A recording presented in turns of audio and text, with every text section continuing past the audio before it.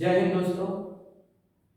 आज के वीडियो में हम चर्चा करेंगे हिस्ट्री ऑफ यूएसएसआर के बारे में। आज के समय में इस प्रेजेंट टाइम को देखते हुए ऐसा लग रहा है कि चारों तरफ रूस यूक्रेन हर तरफ यही बात चल रहा है।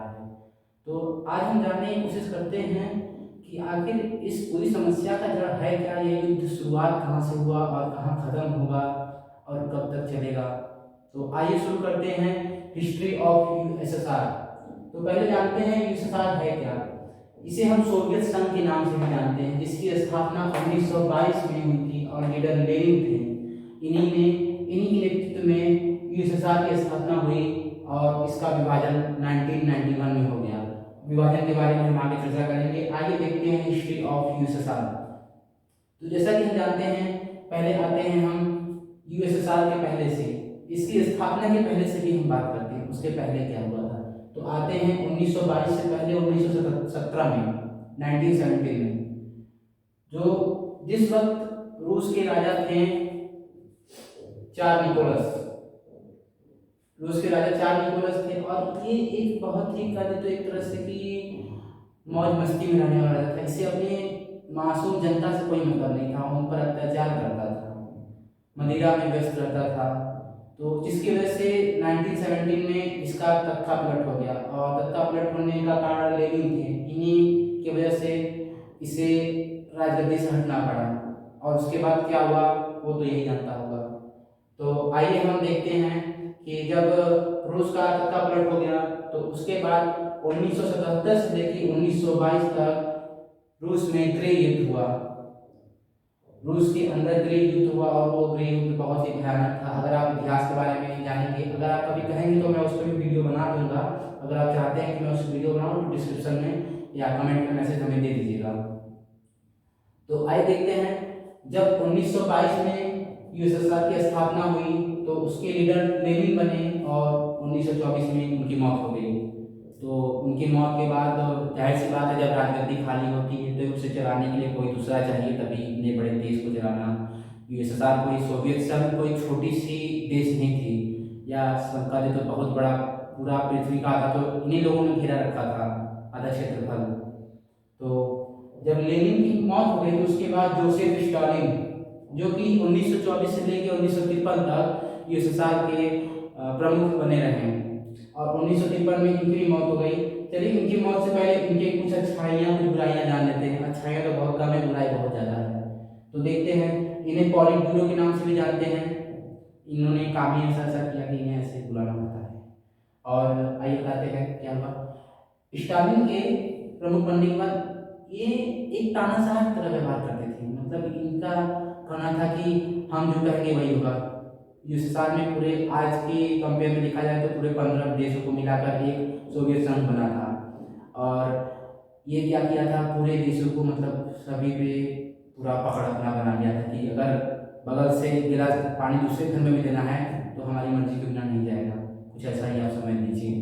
और इन्होंने क्या किया, इनके खिलाफ जो भी बोलता था उन्हें जेल में डाल देते थे। आम जनता कुछ बोल ही नहीं पाती थी, जो भी बोलता था उसे जेल में डाल दिया जाता था, उसे काम करवाया जाता था और कुछ दिन बाद उसकी मौत हो जाती थी।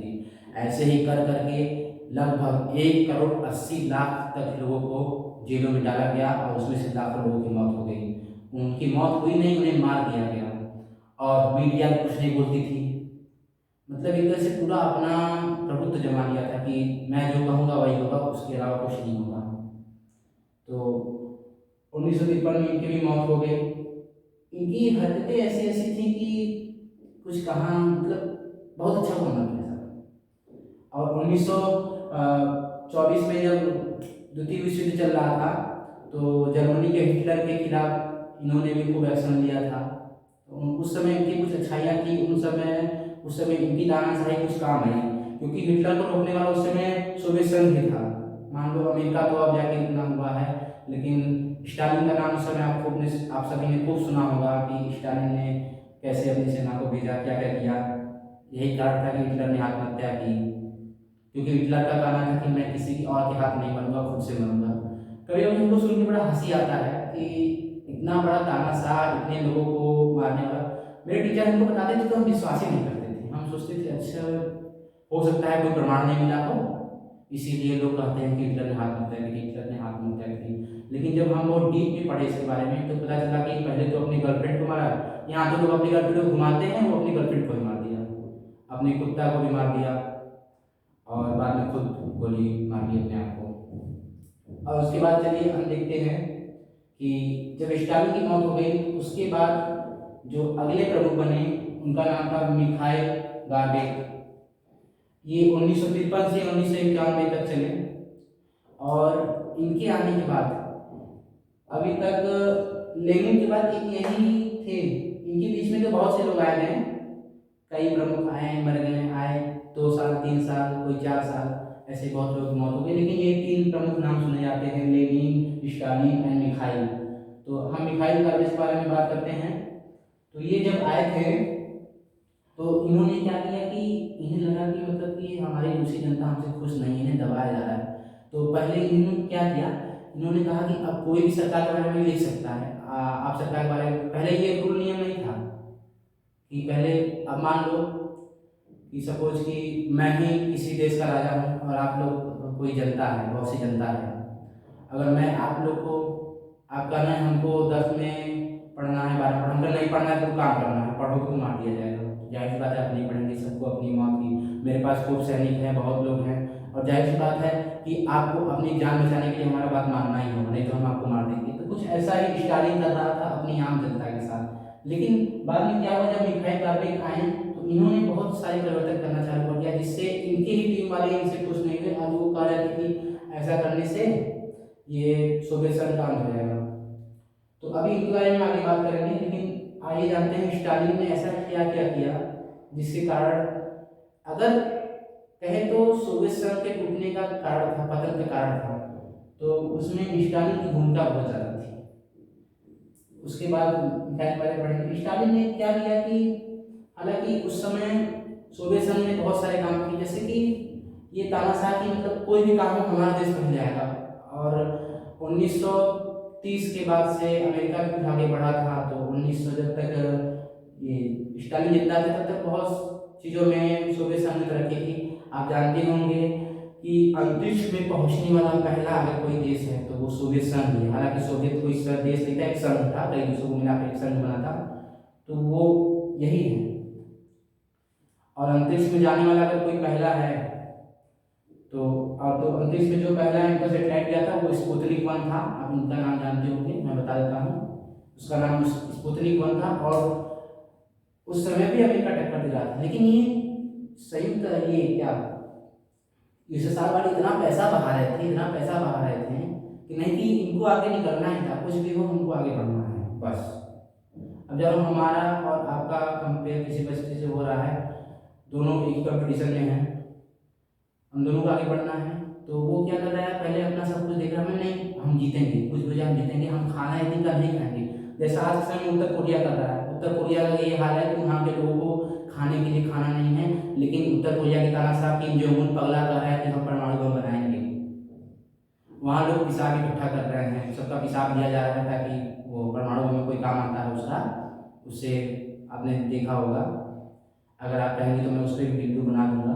तो हम लोग स्टालिन पे थे, तो अंतरिक्ष में जाने वाला पहला व्यक्ति जो था उनका नाम था गागरिन, यूरी गागरिन, जो कि सोवियत संघ से ही थे। और अंतरिक्ष में जाने वाला अगर कोई पहला जानवर था तो वो भी यूएसएसआर से ही था, जिसका नाम लाइका था। कुत्ते का नाम था लाइका, लाइका कुत्ता क्या था। सोचिए, यहाँ तो हम लोग इंसान के अभी तक अभी दूसरे विदेश नहीं घूम पाए, यहाँ कुत्ता अंतरिक्ष घूम लिया, पता नहीं कहाँ होगा। तो स्टालिन ने ऐसे ऐसे कामें की थी जिससे रूस को तरक्की तो मिली यूएसएसआर को, लेकिन क्या उसने अपना पैसा इतना ज़्यादा बढ़ा दिया कि धीरे धीरे रूस की अर्थव्यवस्था इसकी अर्थव्यवस्था कमज़ोर पड़ने लगी। और जब मिखाइल गार्बेक जब बने प्रमुख तो इनके आते आते रूस का शेयर बहुत मतलब यूएसएसआर का शेयर बहुत ज़्यादा गिर चुका था। तो मिखाइल गार्बेक जब आए तो उन्होंने बहुत सारी परिवर्तन करना चालू किया, बहुत मतलब कि मीडिया को भी खुली छोड़ दी थी कि आप मतलब कि आपको जो लिखना है करिए। तो इसका नतीजा ये हुआ कि जो 15 के 15 देश थे, अब भाई पहले तो ये यूएसएसआर था, लेकिन ये पूरे 15 देश को अब बढ़ चुका है, तो मैं 15 देशों को ले रहा हूँ। इन 15 के 15 देशों में अपना अपना विरोध करना चालू कर दिया, हाँ जब ये छूट मिली जहाँ चलो अब करो। और ये मिखाइल ने कह भी दिया कि हाँ कोई आपको कुछ नहीं कहेगा, आप जो बताना चाहते हैं करिए। और पहले क्या था कि कोई विदेशी कंपनी यूएसएसआर में आके बिजनेस नहीं करेगी इनके संघ में, मतलब इनके यहाँ आके। लेकिन इन्होंने ये कानूनी पारित कर दिया कि अब आप बिजनेस नहीं कर सकते हैं, आप अपना, पहले था कि आप सरकार की मर्जी के बिना अपना खुद का बिजनेस नहीं खोल सकते, आपको मजदूर बन के ही रहना है, कुछ भी करो मजदूर बन के रहना, नहीं गोली मार देंगे। तो जब ये आए तो इन्होंने क्या किया कि नहीं ऐसा नहीं होगा, ऐसे हमारे देश की अर्थव्यवस्था बहुत चौपट हो रही है, हमें कुछ करना चाहिए। तो ये मिखाइल गार्बेक ने क्या किया कि इन्होंने बहुत सारे कानून पारित करवाए, जिनमें से इनके कुछ कानून बहुत प्रसिद्ध भी हैं, उसके बारे में हम अगले वीडियो में चर्चा करेंगे। तो क्या होता है कि ऐसे करने से एक तरह से विरोध का माहौल पैदा हो जाता है, जिससे कहते हैं कि सरकार के खिलाफ विरोध हो जाता है। तो इनके जो संघ के लोग थे, मतलब कोई भी पार्टी बनती है तो उससे और भी कुछ प्रमुख होते हैं, अगर हीरो होता है तो डायरेक्टर भी होता है, तभी हम लोग पिक्चर देख पाते हैं। तो कुछ ऐसे भी थे तो वो लोग कुछ नाराज थे इससे, उनका कहना था कि अगर ये ऐसा करेगा तो ऐसे तो हमारा जनता को इतना छोड़ देगा, तो ऐसे तो हमारा संघ टूट जाएगा। और उस समय अमेरिका हर वो मौका खोज रहा था जिससे सोवियत संघ को तोड़ा जा सके, जिससे सोवियत संघ कमजोर पड़े, और सोवियत संघ कमजोर पड़ भी रहा था। यकीन मानिए अगर आज सोवियत संघ वैसा का वैसा होता तो आज का रूस और तब के रूस में बहुत अंतर था। आज ये रूस जो इतना ताकतवर तो अब भी है, लेकिन अब भी आप देखेंगे तो रूस की अर्थव्यवस्था में और अमेरिका की अर्थव्यवस्था में बहुत अंतर है। कहते हैं सन 1930 के बाद से रूस की अर्थव्यवस्था गिरने लगी, यूएसएसआर की अर्थव्यवस्था गिरने लगी, और खास तो 1991 में यूएसएसआर ही नहीं रहा, मौत ही हुई उसकी। हालांकि कोई इंसान तो नहीं था, लेकिन ऐसे बता सकते हैं कि आप आसानी से समझ जाए, यूएसएसआर ही खत्म हो गया। तो अब उसके आगे क्या होगा। तो जो मिखाइल गार्बेक थे ये एक समझौते के लिए बाहर कहीं जा रहे थे उस समय, 1990 की बात है शायद। तो जब बाहर जा रहे थे तो उसमें क्या हुआ कि इन्हीं के जो संघ के लोग थे इनको नज़रबंद करा दिया।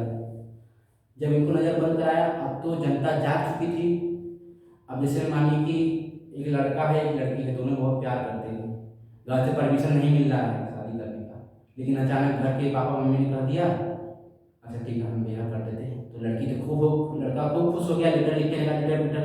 लेकिन अचानक उससे भैया आ जाते हैं, अगर शादी की है तो भगा देंगे घर से। मम्मी पापा को कह दिया आप जो बड़े हम बोल रहे हैं ना, ये मैं आपको एग्जाम्पल दे रहा हूँ। अब लड़का तो होता है गुस्सा आ जाएगा, अरे मम्मी पापा हम लोग हैं, हम बोल सकते हैं कुछ, तुम कौन होते बोलने वाला। तो ऐसा ही एकदम हुआ उसकी जनता के साथ, यूएसएसआर की जनता के साथ, सब के सब रोडे को उतर गए, पूरा चक्का पक्का सब जाम, एकदम बवाल मचा दिए। और क्या हुआ कि सब अपने से सब देश वाले अपना कानून पारित करने लगे, बनाने लगे कि जाओ भाड़ निकला कोई यूएसएसआर। तो मजबूरी में आके इन लोगों को 1991 में यूएसएसआर का विभाजन करना पड़ा, जो कि 15 देशों में कुल बढ़ गया। और तब तक यूएसएसआर की अर्थव्यवस्था, अब खैर तो यूएसएसआर रहा ही नहीं, रूस की बात करते हैं। रूस की अर्थव्यवस्था इतनी ज़्यादा गिर गई थी, इतनी ज़्यादा गिर गई थी कि अगर कंपेयर किया जाए उसके पहले अर्थव्यवस्था से तो काफ़ी हद तक आधा हो चुका था।